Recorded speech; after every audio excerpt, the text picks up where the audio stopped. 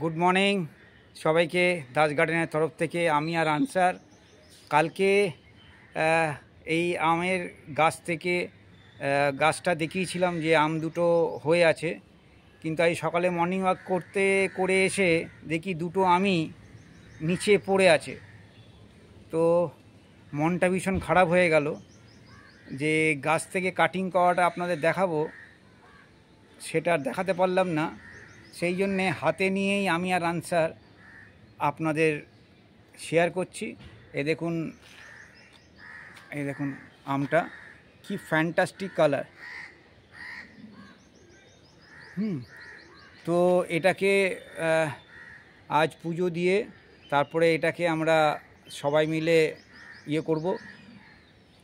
একটাকে এখন করব, আর একটা আমার ছোটো কাকি আসার পর সেটাকে ইউজ করব। তো দেখুন আম গাছটা।